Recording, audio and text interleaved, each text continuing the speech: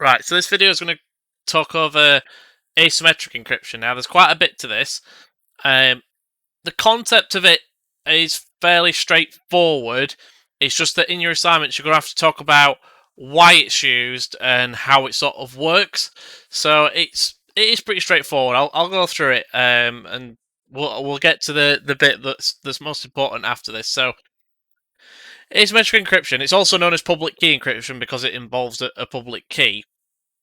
Is a way of solving the symmetric key issue because the symmetric key issue is obviously it can get lost in translation, whereas if anything gets lost in translation for asymmetric encryption, it doesn't matter. They can't do anything with it because they haven't got the right key in order to unlock stuff. Now, I know I mentioned RSA before in a previous video.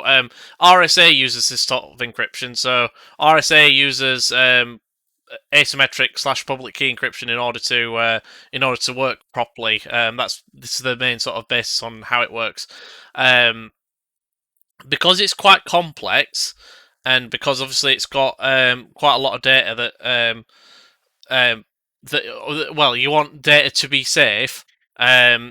Obviously, because it's quite complex and it takes a lot of computing power in order to keep it safe, it's better used on smaller amounts of data. So you don't want to be sending, say, if you're downloading a game, you wouldn't use asymmetric key encryption for that because there's no point. There's nothing to encrypt really. And obviously, because the files are so large, it'll take even longer to come through, which you don't want to do because you'd have to encrypt it first, which would take time. Then you need to decrypt it, which will also take time. So it'll take nearly twice as long, probably 3 times as long to actually download something if you're going to do something like that. Now, you've probably heard of something called SSL, which is used on a lot of websites in order to secure your connection between yourself and the web server that you're connecting to. That's used, that basically runs off of asymmetric key encryption, so public key encryption, in order to connect to it safely. Same with TLS as well, so transport layer security. You can just mention them. You can mention that SSL uses this type of encryption in order to work. You don't need to go too much into how SSL actually works, but SSL is basically just a secure socket layer for connecting to a web server in a safe manner, and it uses asymmetric encryption in order to do so.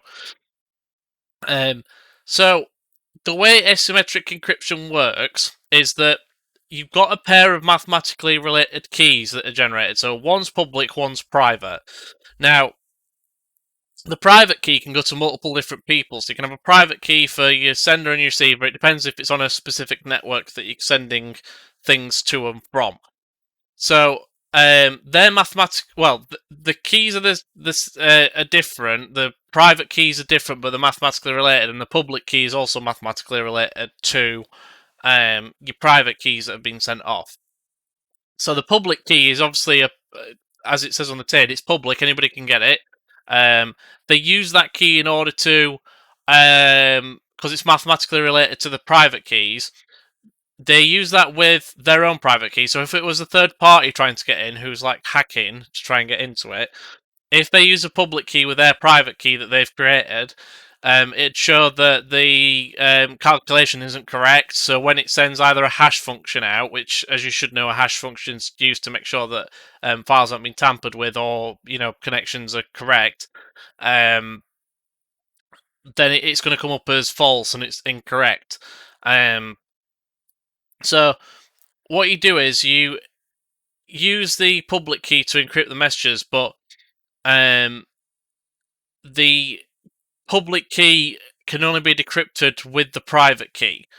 So essentially you encrypt the data with this public key that everybody's got a hold of and your own private key, and you send it to somebody else. Now they will have their own private key, which they can use with the data that's just been sent through to that person who's already encrypted it, and then they can decrypt it with their key.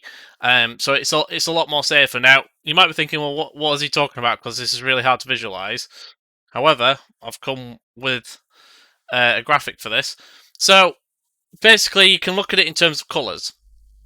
if you look at this, yellow is the common page, so the public key, and then these guys have their own private key. You can't see the name of this person because I'm in the way, but it doesn't matter on who the names are. So you can say that this person's got an orange key and this person's got a green key. They're mathematically related, but it doesn't really matter that they're different. You'll see why. So what they do is they mix their their private key with a public key. So hence, in this example, they mix the colours together, and they get a colour out the bottom. Now, the brilliant thing with this, because they've mixed the colours together, and they've got a particular colour, this particular colour they now have, they can send across publicly, and the people will see this colour, but obviously when they see the colour, they can, well, I say colour, obviously the colour is the public key mixed with the private key. When they see it, they can use their private key that they've created, if it is some sort of third-party hacker, to try and establish a connection and nick that data. However, when the two people swap their colours, they will then mix their private key back in, and as you can see, when they've mixed their private key back in, so the blue mixes with the orange and the tan sort of mixes with the green, they both produce the same colour at the end, so they both produce this brown, which in mathematical terms, because obviously these are mathematical keys, they'll produce the same answer. It's essentially saying like, say the yellow colour, instead of being a colour, was the number 5, and the orange was a 3 and this was a 2. If you times 5 by 3, you get 15, so this would be 15. 5 by 2, that would be 10.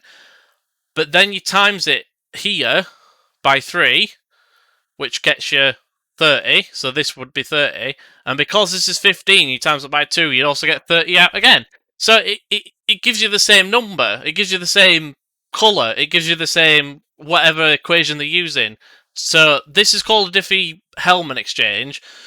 Essentially, it's brilliant because you mix your private key with the public key, and you've got now a new sort of encryption that you've made. You send that across, and nobody can work out what your original key is because of that. Because the way it works is similar to, for example, if you times two minus numbers together, you get a positive number. So if you had the 2 times 5 method and you did just use 2 times 5, obviously that's not secure, but just pretend for now it is. If you use 2 times 5 and you know that the public key is a 5, you'd think, right, I divide it by 5, I'll get the private key back. However, if it's 2 minus numbers, minus 2 and minus 5, that also gives you a positive number of 10. So you can't work it back. The way that these guys do it, well, the way that it's done realistically is done using something called modulo, which means it's impossible for you to ever work out what the original key was. Essentially, modulo is it takes the number of your remainder. So if you were to do 3 divided by 2, that gives you a remainder of 1. However, if you did 5 divided by 4, that would also give you a remainder of 1. And the difference there is obviously the 3 and the 2 and the 4 and the 5. It can be any combination of number, but you can't physically work out what it is. And obviously with computers, they do a lot bigger numbers and they tend to be primes and they tend to have a lot more attached to it than that. But that's the basis that they run off. So it's impossible to work out what it is going back. And that means that they can share the data across this public platform quite easily, and then use their own private keys on the data that they've been sent through to check if everything's correct. And then obviously if they both turn out the same, then it's spot on and it's correct.